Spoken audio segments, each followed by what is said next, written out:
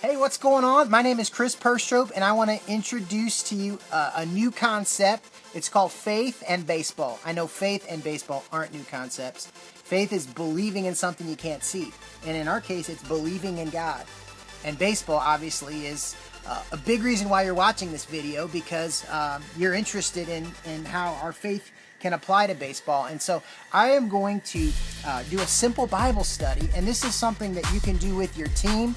You can actually read from the script that will prepare for you, or you can just simply watch this video. And it's all about how you can grow in your faith, even on those days where you've got a game, like on a Sunday morning or Sunday afternoon or a Saturday night where you would regularly attend church.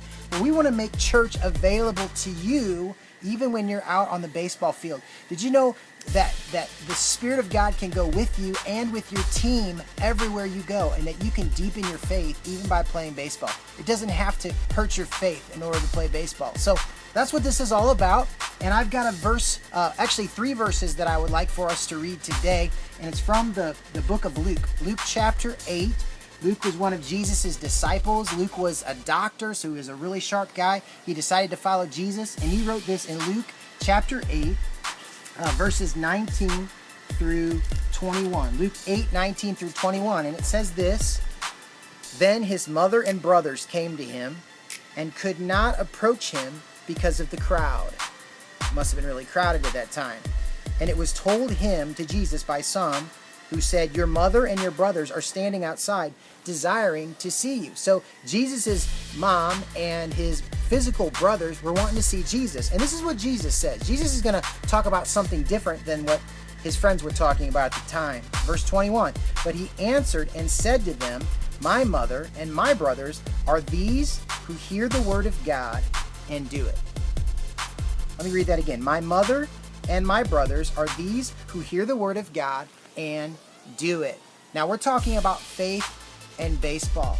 Jesus wasn't just talking about his physical mother and physical brothers. He was actually talking about spiritual brothers and family.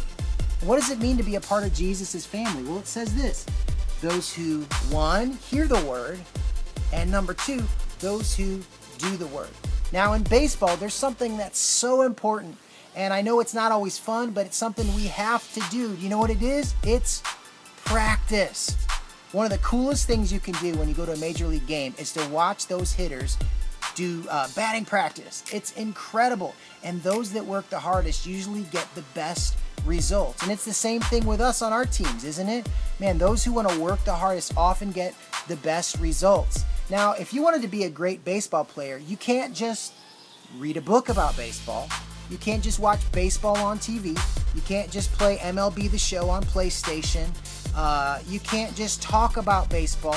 You've got to actually get out on the field and practice. You got to live it. Now, that's the rule for baseball, so that you can be able to react in life. You know, sometimes things happen in life really fast, just like a fastball coming right down the middle of the plate.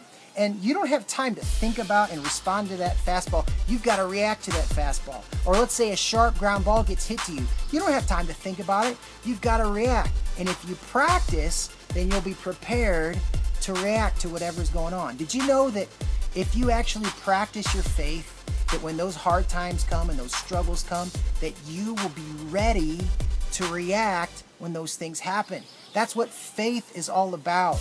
And you've got to get out there and live it.